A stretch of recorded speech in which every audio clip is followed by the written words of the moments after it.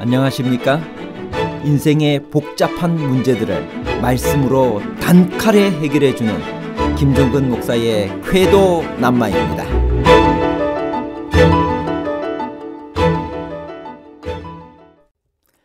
노아 방주는 실존했을까요? 어떻게 그 많은 짐승이 방주 안에서 살 수 있었을까요? 하나님은 왜 정결한 짐승과 부정한 짐승을 구분하셨을까요? 그 수많은 짐승들이 방주 안으로 들어갈 때 주위에서 그 모습을 바라본 사람들은 어떤 느낌이었을까요? 방주에 짐승을 들이라는 하나님의 처음 명령은 각기 암수 2쌍씩이었나요? 아니면 각기 암수 1쌍씩이었나요? 2쌍씩과 1쌍씩에 관한 복잡한 문제를 하나님 말씀의 가르침으로 명쾌하게 해결해 드리겠습니다. 노아 방주의 크기는 어느 정도였을까요? 창세기 6장 14절에서 15절입니다. 너는 잣나무로 너를 위하여 방주를 짓되 그 안에 간들을 막고 역청으로 그 안팎에 칠하라. 그 방주의 제도는 이러하니 장이 300규빗, 광이 50규빗, 고가 30규빗이며 노아 방주는 생각보다 컸습니다. 장이 300규빗, 광이 50규빗, 그리고 고가 30규빗이었습니다. 이를 현대의 미터법으로 환산하면 장이 약 133m, 광이 약 22m, 그리고 고가 약 13m가 됩니다.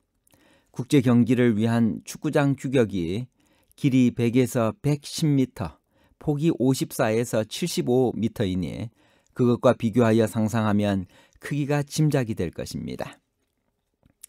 노아 홍수가 있기 전 짐승의 종류는 지금과 동일했나요?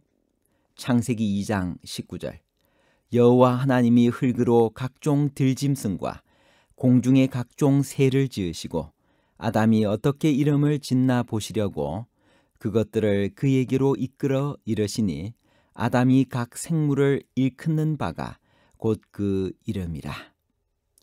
노아 당시 짐승의 종류는 지금보다 훨씬 적었습니다. 왜냐하면 아담이 여섯째 날 모든 짐승들에게 이름을 줄 만한 숫자의 종류만 있었기 때문입니다. 하나님께서는 처음에 이 노아 홍수가 있기 120년 전 암수 몇 쌍씩 방주로 들어가라고 명령하셨나요? 창세기 6장 19절 혈육 있는 모든 생물을 너는 각기 암수 1쌍씩 방주로 이끌어들여 너와 함께 생명을 보존케 하되 방주에 들어간 짐승의 양을 가늠하기 위해 그들이 각각 암수 몇 쌍씩 들어갔는지를 확인하는 것도 필요합니다. 방주에 짐승을 들이라는 처음 명령은 각기 암수 1쌍씩이었습니다. 이것은 원칙이었습니다. 그런데 홍수 직전에 하나님은 암수 몇 쌍씩 방주로 들어가라고 명령하셨나요? 창세기 7장 2절에서 3절입니다. 너는 모든 정결한 짐승은 암수 7씩, 부정한 것은 암수 2씩을 내게로 취하며 공중의 새도 암수 7씩을 취하여 그 씨를 온 지면에 유전케 하라. 홍수 직전에 하나님은 정결한 짐승과 새는 암수 7씩, 부정한 것은 암수 2씩 들어가라고 명하셨습니다. 이것은 세부적인 강론이었습니다. 이렇게 한 것은 씨를 보존하려는 목적을 이루기 위함이었습니다. 왜냐하면 홍수 후에 정결한 짐승과 새들은 제물로 사용되었기 때문이었습니다. 정결한 짐승과 부정한 짐승을 구분하는 것은 레위기 11장에서 시작되었나요? 창세기 7장 2절 너는 모든 정결한 짐승은 암수 7씩, 부정한 것은 암수 2씩을 내게로 취하며 레위기 11장 3절 짐승 중 무릇 굽이 갈라져 쪽발이 되고 새김질하는 것은 너희가 먹되. 방주에 보존할 짐승을 정결한 것과 부정한 것으로 구분했다는 것은 그런 구분이 레위기 11장에 기록된 모세의 명령으로 시작된 것이 아니라 이미 노아 시대 때 존재하고 있었음을 나타냅니다. 그런 구분의 기준이 기록으로 남아있지는 않지만 노아는 알고 있었습니다. 왜 하나님은 정결한 짐승을 부정한 짐승보다 더 많이 방주로 들이셨나요? 창세기 7장 2절. 너는 모든 정결한 짐승은 암수 7씩, 부정한 것은 암수 2씩을 내게로 취하며. 부정한 짐승들보다 정결한 짐승들을 방주에 더 많이 취해 드리라는 분부는 노아가 그 두 분류 사이를 구분하는 방법을 알았음을 전제로 합니다. 그런 구분은 모세가 창안해낸 것이 아님이 분명합니다. 그것은 매우 이런 시기 곧 정결한 짐승들만을 희생제물로 사용하라는 하나님의 지시가 있었던 때로 거슬러 올라갑니다. 창세기 8장 20절입니다. 노아가 여호와께 제단을 쌓고 모든 정결한 짐승과 모든 정결한 새 중에서 제물을 취하여 번제로 제단에 드렸더니. 고대로부터 방주로 취하여 드리라고 한 정결한 짐승들의 숫자가 성경 번역자들과 주석가들 가운데 논쟁의 대상이 되었습니다. 히브리어 본문은 문자적으로 너는 수컷을 암컷과 함께 7씩 7을 내게로 취할지니인데 7쌍 또는 동물의 각 종류대로 7씩을 의미하는 것으로 이해될 수 있습니다. 70인역, 불가타역 그리고 많은 고대와 현대 학자들은 암수 7씩이라는 번역을 옳다고 생각하는 데 반해 어떤 교부들이나 개혁자들, 사실상 모든 시대에 걸쳐서 어떤 학자들은 7마리가 옳다는 생각을 표명했습니다. 정확한 해석이 무엇이든지 방주 안에는 부정한 짐승들보다는 정결한 짐승들이 더 많았던 것이 분명합니다. 홍수가 모든 식물들을 파멸시킬 후에 비상식량이 필요할 것을 예견하면서 하나님은 인간이 일시적으로 정결한 짐승들의 고기를 먹을 필요가 있게 될 것을 아셨습니다. 더욱이 그것들은 제사 목적을 위해서도 필요했습니다. 이런 확실한 이유들 때문에 하나님은 정결한 짐승들이 멸절되지 않도록 충분한 숫자를 보존하기 위한 대책을 세우셨습니다.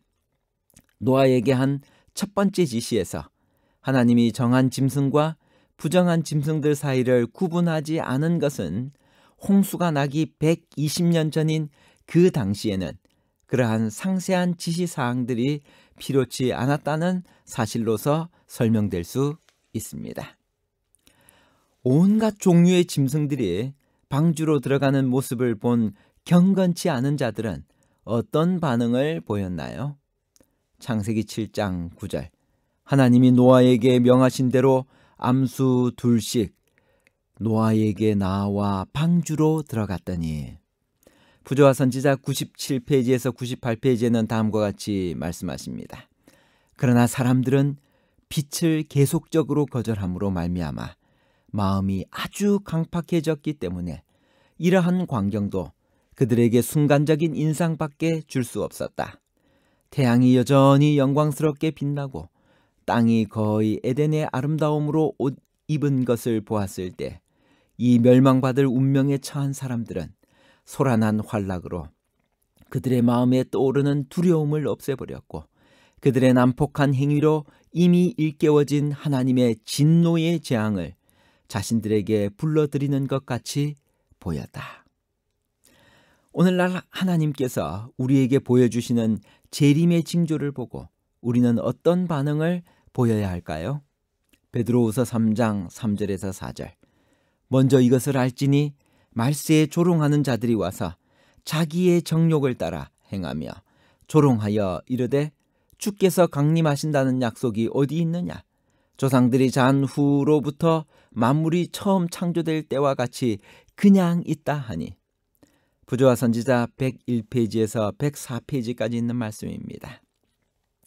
홍수전 세상의 수많은 사람들 중에 단 8사람만 노아를 통하여 말씀하신 하나님의 말씀을 믿고 순종하였다. 120년 동안 의의 설교자는 다가오는 멸망에 대하여 세상을 경고하였다. 그러나 그의 기별은 거절과 멸시를 당하였다. 노아의 때에 된 것과 같이 인자에 나타나는 날에도 이러하리라. 그러나 주의 날이 도적같이 오리니 그날에는 하늘이 큰 소리로 떠나가고 체질이 뜨거운 불에 풀어지고 땅과 그 중에 있는 모든 일이 드러나리로다. 철학적 이론이 하나님의 심판에 대한 공포를 떨어버리고 종교 지도자들이 평화와 번영의 장구한 시대가 올 것을 가리키고 있을 때 세상 사람들이 심고 집 짓고 잔치하고 연락하며 하나님의 경고를 거절하고 그분의 사자들을 조롱하며 그들의 사업과 향락에 몰두하고 있을 때 멸망이 호련히 저희에게 이르리니 결단코 피하지 못할 것이다. 결론입니다. 첫 번째, 노아 당시 짐승의 종류는 지금보다 훨씬 적었습니다. 왜냐하면 아담이 6째 날 모든 짐승들에게 이름을 줄 만한 숫자의 종류만 있었기 때문이었습니다. 두 번째, 노아에게 한 첫 번째 지시에서 하나님이 정한 짐승과 부정한 짐승들 사이를 구분하지 않은 것은 홍수가 나기 120년 전인 그 당시에는 그러한 상세한 지시사항들이 필요치 않았다는 사실로서 설명될 수 있습니다.